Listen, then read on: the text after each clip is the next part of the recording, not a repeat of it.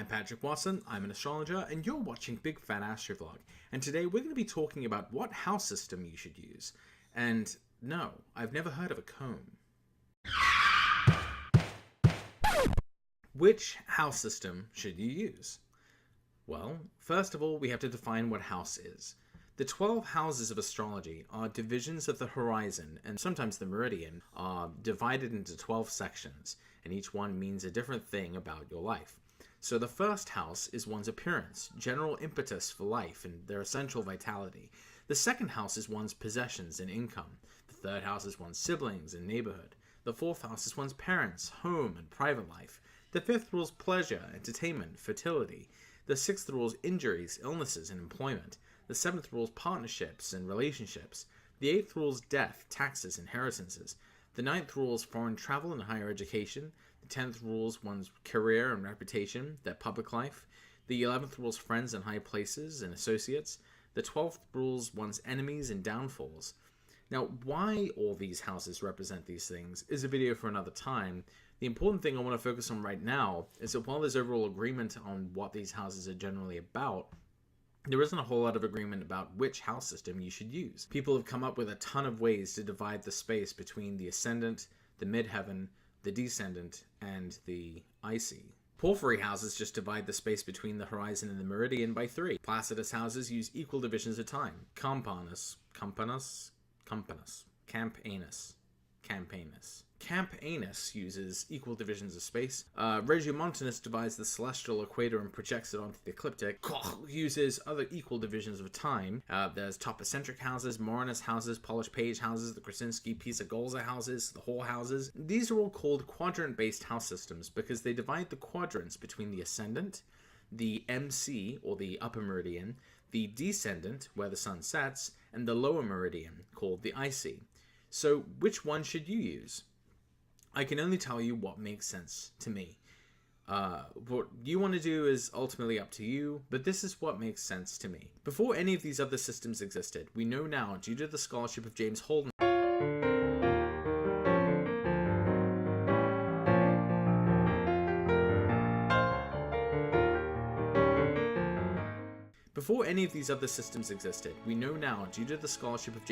in the 80s that the original house system, the first house system we ever had, was whole sign houses.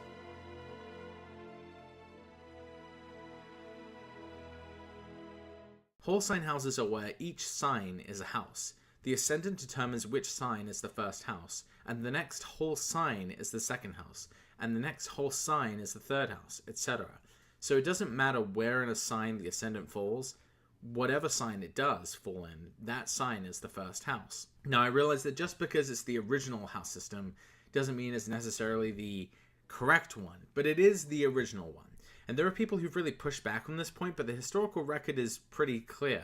The first primary and dominant house system in the earliest use of topical houses in the origins of Western astrology was whole sign houses. Many techniques from Hellenistic astrology only make sense within the context of whole sign houses, such as annual perfections. Also, whole sign houses are no big deal to astrologers from India because that's what they've used for the past 2,000 years without any controversy. And they've been doing that ever since they got it from the book called the Havana Jataka, or Astrology of the Greeks. But I realize this argument will be called an appeal to tradition, which is a logical fallacy. However, most people who criticize an appeal to tradition do so by appealing to novelty, which is also a logical fallacy. So, aside from establishing the fact that it came first in the timeline, a fact backed by the historical record, I realize just saying that whole sign houses came first is appealing, but not convincing if you're not already receptive to the idea. So, here are some other reasons I like whole sign houses. 1. Calculating whole sign houses is super simple. As soon as you know the sign of someone's ascendant, you're basically done. You know what house topics all the signs represent based on their whole sign aspect to the ascending sign. 2. Whole sign houses don't fall apart at the north and south poles. Now, you're probably not casting many charts for polar regions, but still, quadrant-based house systems often fall apart for polar region charts because the meridian is so close to the horizon. In whole signs, that doesn't really matter as much because the 10th house is determined by the 10th sign, not the midheaven. 3. Whole sign houses don't have interceptions. Sometimes you get intercepted houses in quadrant-based house systems, so you could end up with 3 planetary rulers for one topic, and it could stretch over more than a sign. So that could be confusing. But in whole sign houses, each sign kind of just has its own ruler. Everything's just a bit more straightforward. 4. Whole sign houses match the symbolism of sunrise with the first house. In whole sign houses, the sun is almost always in the first house as it's rising, unless the sun is at the very end of a sign. And the first house rules one's appearance and essential vitality in the world, which is clearly symbolized by the glorious appearance of the sun at the beginning of a new day. It's where the sun ascends. That's why it's called the ascendant. So it's always struck me as odd that in quadrant-based systems that as soon as the sun rises, it's automatically in the 12th house, the house of enemies and self-undoing. Now, granted, when the sun is in the 12th during the day, it's roughly within 2 hours of sunrise when people are waking up. So people are usually pretty groggy and tired, which kind of matches the sun's cadence in the 12th. And I sure as hell feel like I'm in the 12th house until I've had coffee in the morning, if you know what I mean. So essentially, quadrant-based systems make the newly risen sun this 12th house event, while most of the time with whole sign houses, it's a first house event, and the symbolism of sunrise and the topics of the first house match up. But in quadrant-based systems, they almost never do. 5. This could also show how Gauquelin sectors show planets acting angularly ahead of the actual angle. In whole sign houses, planets are still angular, even if they've moved past the angle, as long as they're in the same sign. 6. There are 12 houses because there are 12 signs. This might seem a little dumb, but why else are there 12 houses, if not because there are 12 signs, and 12 places they can be in relation to the ascendant? Quadrant-based house systems are completely independent of the zodiac, so there's no reason there should be 12 houses in the quadrant-based system, but the reason we have 12 is because they're based on the 12 signs and their relationship to the horizon. So modern astrologers actually believe this as well, even if they don't realize it. Anyone who subscribes to the so-called astrological alphabet idea, Aries equals first house equals Mars, is explicitly associating the signs and houses, even if it's a little off base. So yeah, they're really simple, straightforward, they work anywhere on Earth, they match the symbolism of the sun's rising, they potentially account for Gauquelin sectors, they match the signs, they're compatible with all ancient and modern techniques, and it was the original house system. Oh, and it works. One quirk to whole signs is that the midheaven doesn't always fall in the 10th whole sign house, whereas in quadrant-based systems, the midheaven defines the beginning of the 10th house. I assume this is how quadrant-based house systems started, by prioritizing the path of the sun itself over the relationship of the signs to the horizon. The Hellenistic astrologer Vettius Valens says that the sign the midheaven falls in gives additional significations of the 10th to that house.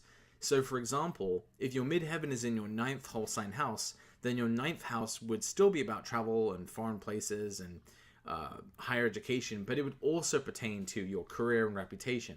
And there would be kind of a more central focus on those topics in your life.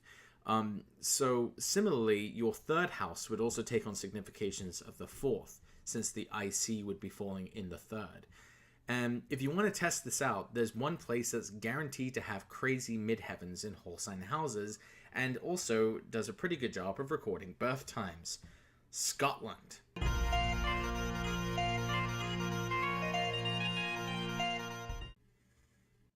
So here we have the chart of Irvine Welsh. He's the Scottish author of Trainspotting. And remember, what makes Scotland really awesome is the fact that they record birth times, and their position on Earth makes it more likely that the local meridian will be in strange places. The horizon is fairly close to the meridian in this chart, and so I've cast it in Placidus houses, and we can see that the first house is massive, contains the whole sign of Capricorn in the first house, which is just kind of crazy to me. I mean, what would you consider the ruler of the ascendant? Just Jupiter? I mean, Saturn would have to figure in there. If if you think Uranus rules Aquarius, you'd say Uranus would too. I mean, I think 3 planets representing the ascendant, that's kind of crazy. But anyway, let's focus on the midheaven, because that's going to be the major point of difference. So he has the midheaven in Scorpio, and he has the nodes there, and he has Venus fairly close by, and the moon in the 10th. I guess this is someone who gets honors or blessings in their career, have a reputation for being kind of edgy. His books are very tawdry. There's a lot of graphic, violent, and sexual content in them. And he has, with Mars ruling the midheaven. Mars is conjunct his sun. He's been criticized by his peers for being for glorifying drug culture and things like that. So maybe that could make sense. And none of that is wrong, but I think you'll agree that when I change this chart over to whole sign houses and we take a look at that some things will become a bit clearer. So I'm going to change the chart back over to whole sign houses. You can see all of the different house systems here. Whole sign houses, save, and refresh. Okay, so now we can see in whole sign houses, the whole sign of Sagittarius is his first house, which means that his midheaven in Scorpio actually falls in his 12th house, and whereas his 10th house in whole sign houses is Virgo. Now, what I think is really interesting about this is that, the 10th house by whole signs is Virgo, which contains its own ruler, Mercury. Mercury is one of his best signs in Virgo, and Mercury is the planet of communication and language. And what is he most known for? What does he do? What is his profession? He is a writer. So I think, this is interesting because that is not information that you would get from looking at this chart in quadrant houses. You would only see this by looking at the chart in whole sign houses. That's completely lost in a quadrant-based house system, that Mercury really rules his 10th, and that's really what he does. Now, what's really interesting about the midheaven in whole sign houses is that his midheaven actually falls in the 12th house, which would theoretically make issues of the 12th house, enemies, one's own undoing, the outcasts of society, the elderly, the sick, the insane, the drug addicts, that would become a more sort of central or focal topic of his life, especially in his reputation. And so what's interesting about that is his own experiences as an addict helped give him the insight to create these sort of realistic depictions of drug addicts in his novels. So, and that's what his work has surrounded. These 12th house issues, these 12th house characters.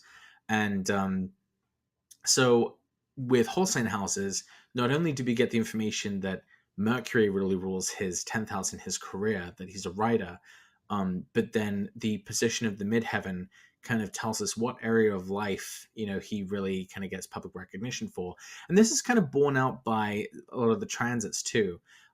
He was writing right up till the time of publication of Train Spotting. Jupiter was going through Virgo, his 10th whole sign house, where his Mercury is. So he was writing this big book, while Jupiter was going over his Mercury in his 10th. That's when he was actually doing it. Then he got the book actually published right around his Jupiter return. So Jupiter was like right around here.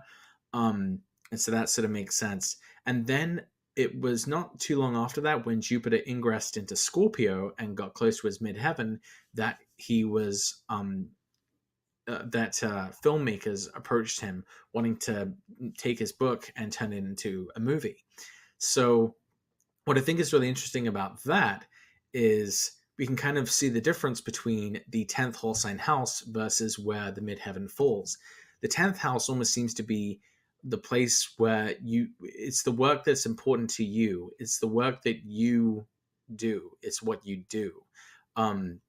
Versus the midheaven, which is when what you do is sort of publicly received. And for most people, they're more coincident. The things that you do in your career are the things that may get you more attention. But for other people, those topics are separate. So what he did when Jupiter was actually going through Virgo, his 10th house, that was when he was actually writing the book. But when it kind of was released to a much wider audience through film, that process began when Jupiter was going over his midheaven in Scorpio. So I just thought this chart was a really interesting example of the difference between the quadrant-based house systems and the kind of insights you can make with whole sign houses. Granted, that's just one example. You're certainly free to check out more. I didn't want to make this video too long. And, people haven't been using whole sign houses for very long in the modern era. So, you know, it may take a while for everyone to kind of apply this technique to more charts and to really figure out how this works. But these are sort of my first thoughts on you know, the delineation of the 10th house versus the midheaven. You know, when it comes to what house system you should use, I would recommend whole sign houses, but I think, you know, it really does have to be up to you. And I think the only thing that I guess I would ask, you know, when you're choosing a house system, is to understand its calculation and why that informs your choice. Like, you know, are you just going with Placidus because it was the first one you were given and that's just what you're used to? Or, you know, does the calculation of Placidus houses really make sense for why, you know, these different topics should be assigned to it? And I'm not saying these other house systems don't mean anything. Maybe there is a kind of another form of division that measures something else. But I think when it comes to topics, I think that whole sign houses are kind of the gold standard. But yeah, so that's what I have to say on what house you should use. If you like this episode, please give it a share, please give it a like. If you're really awesome, please help me out. Please help me keep these episodes coming by supporting me on Patreon, even if it's just one measly buck. Please subscribe. If you want to keep track of when I'm coming out with videos, I'm trying to come out with them as often as I can, every week-ish, at least a couple a month. So thank you for watching. Let me know what you think in the comments below. See you next time. I don't know how to comb. This is my comb, I guess. I'm just gonna do that. Just no matter what I do, it just kind of always looks like a just